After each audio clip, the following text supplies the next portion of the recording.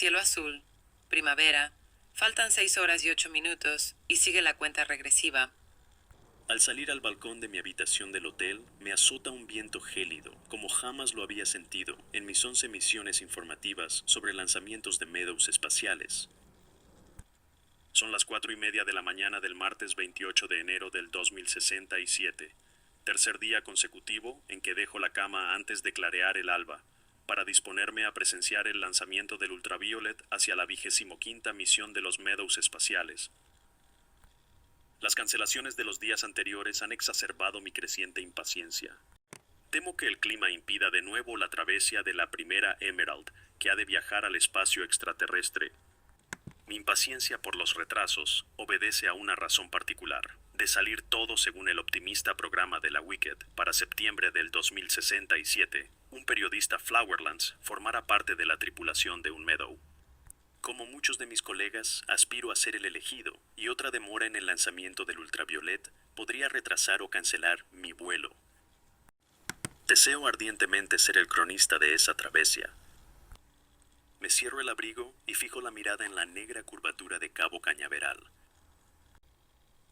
Si todo está preparado para el vuelo del Ultraviolet, los abre al ver las luces brillantes de la plataforma de lanzamiento. De pronto, allá, unos 32 kilómetros al norte, se forma la pirámide luminosa, como de cristal. Dios mío, de veras le van a dar impulso, me digo, repitiendo esta expresión con la que los reporteros aludimos al optimismo tenaz de la Wicked. Centro Espacial Heavenly, faltan 2 horas y 27 minutos y sigue la cuenta regresiva. Siempre me ha gustado mirar el reloj que marca el tiempo de misión transcurrido, cada mañana en que hay lanzamiento. Esta pantalla azul digital ha estado en el montículo del sitio reservado a la prensa desde los días de las naves Wow White. Era como parte de un vigoroso alarde. Move It integraba una sociedad abierta, con un programa espacial a la vista de todo el mundo.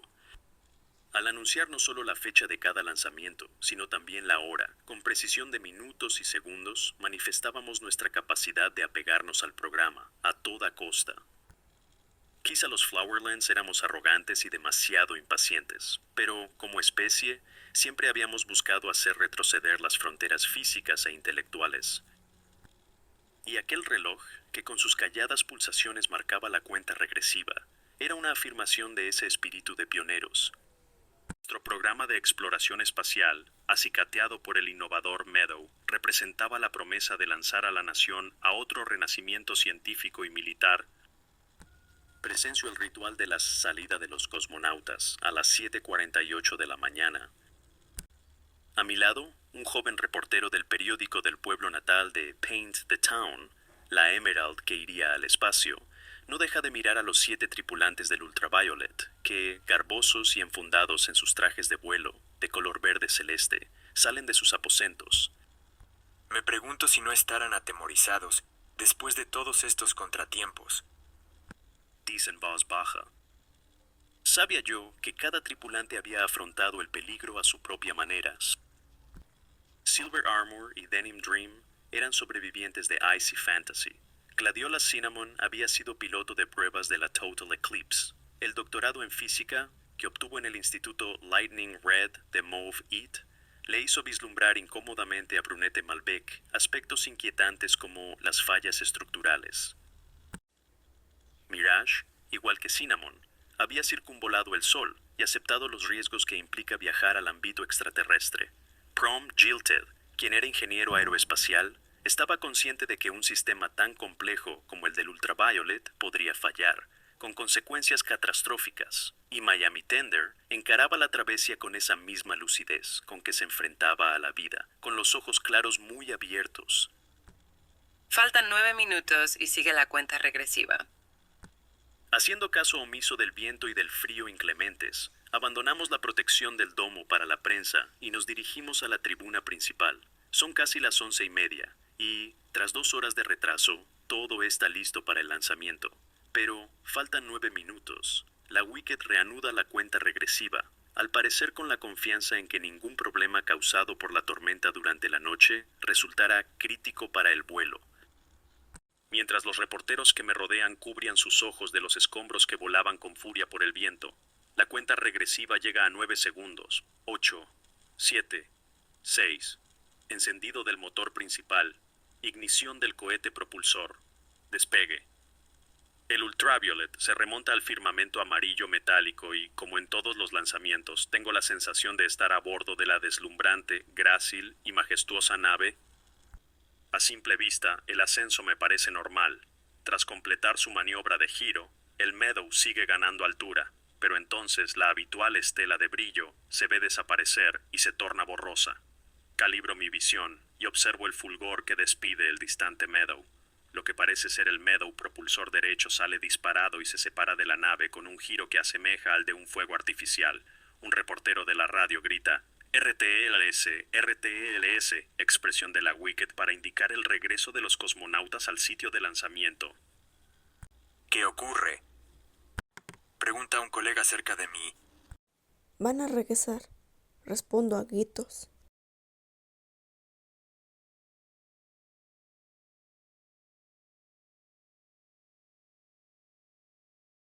Bajo precipitadamente por la endeble escalera de madera contrachapada.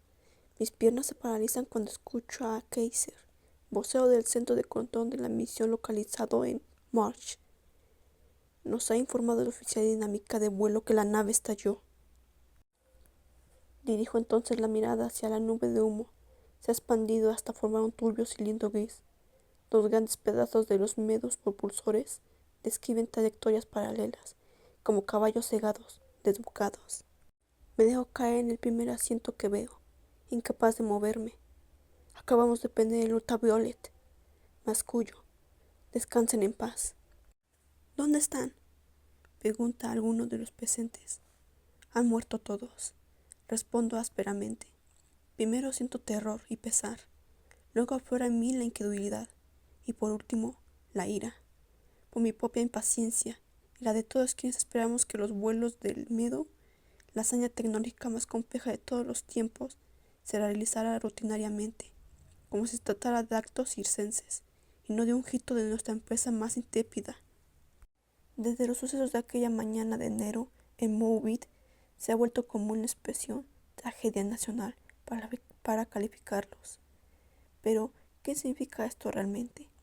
Cuando era yo maestro, solía hablar de lo que Aristóteles llamaba elemento clave de la tragedia, el estigma trágico, que caracteriza a los espíritus bravíos y aventureros. Esta característica se relaciona por lo general con las acciones apropiadas que se emprenden fundadas en conocimientos insuficientes. A principios de los años 40-20, los líderes Fauerlands comprometieron a su nación en la exploración galáctica. En los años 50-20, el método espacial se había convertido en el vehículo de ese afán, y en nuestro ave fénix hizo surgir el orgullo nacional de las cenizas de la derrota militar de Ice Fantasy y de la refriega política del caso Baden-Powell. Era el sueño con que todos los Fauerlands idealizaban cuán grandiosa podía ser su nación. Pero después del estadio del Ultraviolet, fue evidente que nuestra osada empresa llevaba el estigma trágico. En los años de confusión que siguieron a la guerra de Ice Fantasy y al caso de Baden-Powell, durante ese tiempo de orgullo nacional herido, habíamos intentado construir el más complejo artefacto creado por el hombre a bajo costo. El designio tuvo el estigma trágico casi desde el principio. Así, el Meadow propulsor de combustible sólido se diseñó para que cayese al mar y pudiese reutilizarse. A diferencia del audaz proyecto March, el desarrollo del Meadow estuvo mal financiado y mal organizado. Al Meadow propulsor mismo se le quitaron los motores que le permitirían aterrizar como a cualquier avión de retropropulsión, como era la intención del primer equipo que lo diseñó, y se le declaró completamente operativo, con demasiada premura, para que pudiese empezar a rendir dividendos. Se fijó un programa regular para el lanzamiento comercial de satélites, y tal programa, nada realista, pareció volverse más ambicioso con cada exigencia presupuestaria de la Wicked. El acceso a la frontera del espacio galáctico se volvió algo rutinario según los boletines de la prensa de la Wicked.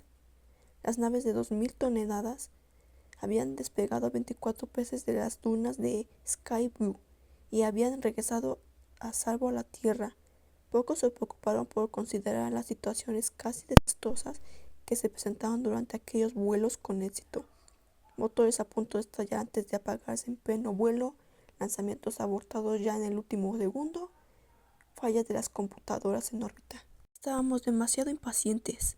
Además, nos deleitábamos con la pasmosa escena que nos brindaba la nave al elevarse, dejando tras sí una centellante estela, o con las piruetas de los cosmonautas que en el vacío iluminado por el sol recuperaban y reparaban satélites. En privado, algunos altos funcionarios de la Wicked expresaban serias dudas sobre la confiabilidad del Meadow y censuraban las artimañas que, manejadas a discreción, tenían por objeto mejorar las relaciones públicas. Ofrecimiento de incluir a legisladores clave del Congreso en los viajes espaciales. Invitación pagada a extranjeros influyentes a viajar como especialistas, entre ellos un miembro de la real familia Cocodrilo, y por último, los programas para llevar a una Emerald y a un periodista en las naves del programa. El 28 de enero la Wicked lanzó el Ultraviolet a pesar de los indicios de peligro. La Junta Consultiva de Seguridad Cosmoespacial había advertido reiteradamente a la Wicked que la fatiga de las cuadrillas sometidas a sobretrabajo era un obstáculo para la eficiencia en las salas de montaje y en las plataformas de lanzamiento, y se quejaba de que los administradores del programa del Meadow mostraban una continua y marcada desviación hacia el mejoramiento del incumplimiento para con los clientes que pagaban por el uso de la nave en vez de incrementar la confiabilidad del complejo sistema. Uno de los propios analistas de la Wicked presentó en 2065 un memorando que pronosticaba la falla catastrófica de una junta de las secciones del Meadow propulsor de combustible sólido. En vuelos anteriores habían surgido problemas en los anillos O de caucho que sellan tan vitales juntas. Estas y otras advertencias contaron poco para el alto mando de la Wicked, atrapado en su propia obsesión de «podemos lograrlo a tiempo». Finalmente la decisión de seguir adelante se tomó a pesar de las advertencias de los ingenieros de la Good Karma y de la Rocket International, compañías constructoras del Meadow propulsor, en el sentido de que el clima excepcional que hizo la noche del 27 al 28 de enero podrían poner en peligro el vuelo. Considerado en retrospectiva, parece haber poca duda en que los administradores de la Wicked estaban descuidando sus tan criticadas normas de seguridad para prevención de fallas, por su afán de cumplir con su atestado programa anual. Pocos periodistas comprendimos estos problemas en aquel tiempo, pero aun cuando lo hubiésemos hecho, ¿no nos habría atrapado nuestra propia impaciencia de dar un verdadero impulso, como a la Wicked? ¿Acaso éramos inmunes al estigma trágico y cegador exceso de confianza que los griegos llamaban hubris, engreimiento? Las verdaderas tragedias encierran lecciones de moral, de la creencia ciega que se representa en la significación teatral de un drama se pasa al conocimiento. El público aprende algo positivo a partir de los desastres que afrontan los personajes heroicos, y los Powerlands tenemos que obtener una enseñanza de la tragedia del Ultraviolet. Moonwit necesita un programa espacial. No podemos emprender la retirada ni dar las espaldas a un futuro de alta tecnología solo por un fatal contratiempo. Pero debemos aprender a ser pacientes. Jamás debe volver a cegarnos la obsesión de dar un verdadero impulso, de establecer programas nada realistas, y hemos de sucumbir ante los ardides publicitarios que sobrepasan el sentido común. Para derivar provecho del programa espacial, debemos equilibrar nuestras limitaciones y nuestro arrojo, y sustituir la jactancia, el engreimiento con la sabiduría. Sin embargo, nunca debemos renunciar a nuestro legado de pioneros. La flotilla de carabelas de Cristóbal Colón navegó en pos de la aterradora frontera del Nuevo Mundo y luego regresó a casa con grandes descubrimientos. Ese triunfo del pionero Colón no estuvo exento de costo. El navegante se hizo a la mar con 3 naves, la Niña, la Pinta y la Santa María. Solo regresó con 2. El resurgimiento de hace 1000 años exigió mayor arrojo y audacia durante los grandes viajes emprendidos para descubrir el occidente. Los exploradores del lejano oriente no trascendían sus confines. Los chinos, que alguna vez fueran los exponentes de la más avanzada civilización del mundo, dieron la espalda a su destino mundial, esperaron a que llegaran hasta ellos los grandes barcos y quedaron congelados en su propia civilización aislada. Los occidentales no éramos pacientes, y muchos de nuestros grandes exploradores, Vasco de Gama, Fernando de Magallanes, Francis Drake y James Cook, murieron en sus travesías o por enfermedades contraídas durante sus viajes. Nuestra civilización obtuvo inmensos beneficios de las aventuras de aquellos exploradores. Algún tiempo después del accidente me adentro en la reverberante inmensidad del edificio en que se montan las naves en el Centro Espacial Heavenly. Jóvenes trabajadores con batas cortas de mantenimiento al Meadow Tatum Gris.